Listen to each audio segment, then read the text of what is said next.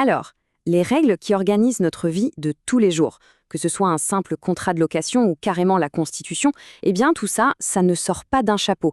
C'est en fait le résultat de milliers d'années d'histoire, avec son lot d'empires qui s'effondrent, de révolutions et même de redécouvertes surprenantes.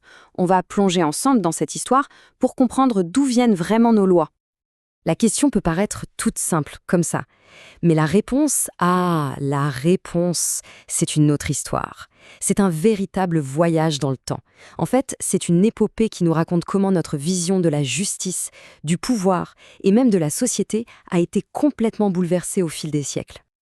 Ok, alors, pour y voir plus clair, on va suivre un parcours en 4 temps forts. On commence avec l'Antiquité et les fondations posées par les Romains. Ensuite, direction le Moyen-Âge, un monde complètement fracturé. Après ça, on verra l'époque moderne avec la montée en puissance de l'État.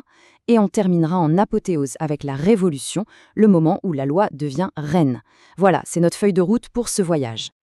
Bon, mais avant de se lancer, on peut se demander à quoi bon tout ça ? Pourquoi est-ce que c'est si important ? Eh bien, tout simplement parce que même les mots du droit ont une histoire. Un simple mot peut vouloir dire une chose, puis son contraire quelques siècles plus tard.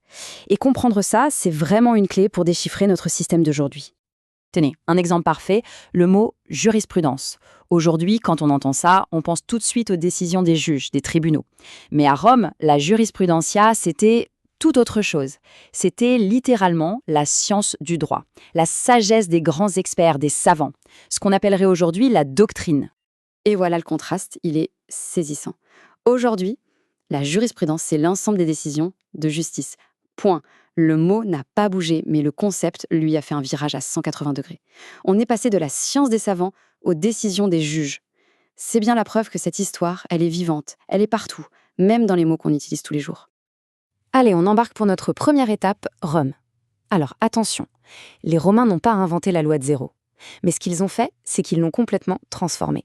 Ils en ont fait quelque chose de radicalement nouveau, en la détachant de la religion pour en faire une vraie discipline autonome.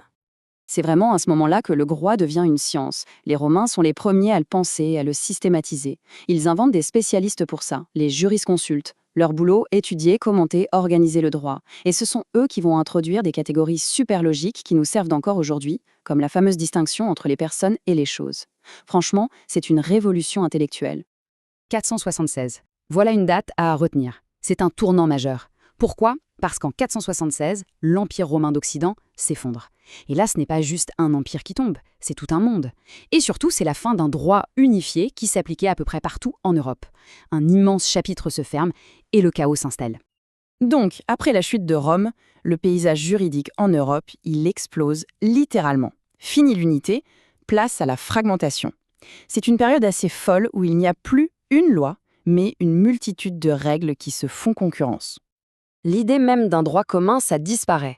Chaque petite région, chaque seigneurie, tout le monde y va de sa petite règle. On entre dans une ère qu'on appelle la personnalité des lois. C'est un peu bizarre, mais en gros, la loi qu'on applique à quelqu'un ne dépend pas de l'endroit où il se trouve, mais de son origine, du peuple auquel il appartient. Imaginez le bazar. Alors, qui fait la loi dans ce monde-là ? Eh bien, un peu tout le monde. Il y a les coutumes locales, qui peuvent changer d'un village à l'autre. Il y a les seigneurs féodaux, qui sont maîtres chez eux. Il y a le roi, bien sûr, mais son pouvoir est encore assez faible, il peine à s'imposer. Et puis, il y a surtout l'Église, qui, elle, est très puissante et a son propre droit, le droit canonique, qui s'applique à tous les chrétiens d'Europe. Bref, un vrai sac de nœuds juridique. Et puis là, au milieu de tout ce désordre, un événement va absolument tout changer. Au XIIe siècle, on redécouvre les grands textes du droit romain, qu'on avait un peu oubliés. Et là, c'est un véritable choc intellectuel. D'un coup, après des siècles de fragmentation, l'Europe se trouve un langage juridique commun, une sorte de base solide et rationnelle sur laquelle tout reconstruire. On avance dans le temps et on arrive à l'époque moderne. Et là, les rois, qui sont bien contents d'avoir retrouvé ce droit romain, vont s'en servir. Le droit va devenir un outil, une arme même, pour affirmer leur pouvoir. L'objectif est clair, transformer ce royaume tout morcelé en un État fort et centralisé. Et là, on voit bien le changement de mentalité. C'est radical.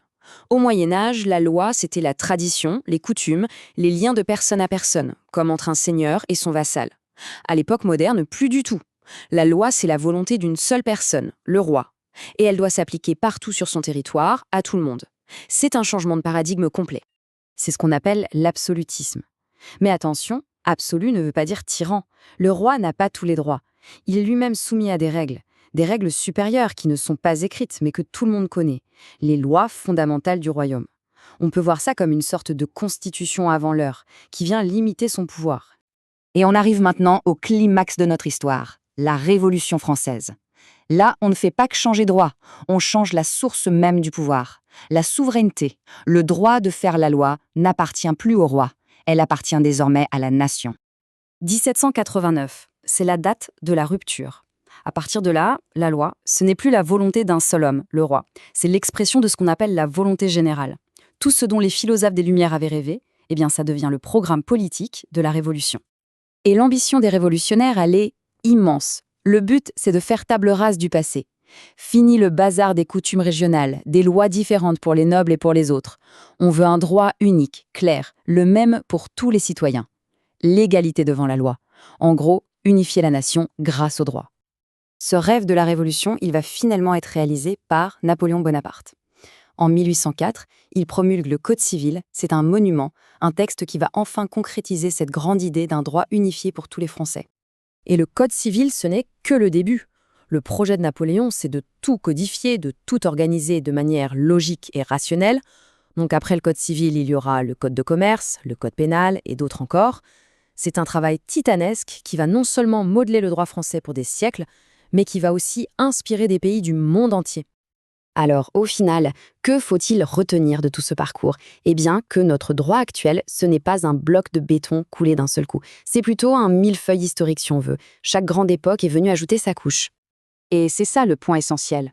Quand on ouvre un code de loi aujourd'hui, ce qu'on lit, c'est l'écho de Rome, c'est l'héritage de certaines coutumes du Moyen-Âge, et c'est surtout l'idéal de la révolution d'une loi qui est la même pour tous. Notre droit, c'est comme un vieux parchemin sur lequel on a écrit et réécrit, mais où on peut encore lire toutes les traces du passé. Ce qui nous amène à une toute dernière question pour finir. Ce droit, il s'est construit sur des milliers d'années, mais cette histoire, elle est loin d'être finie.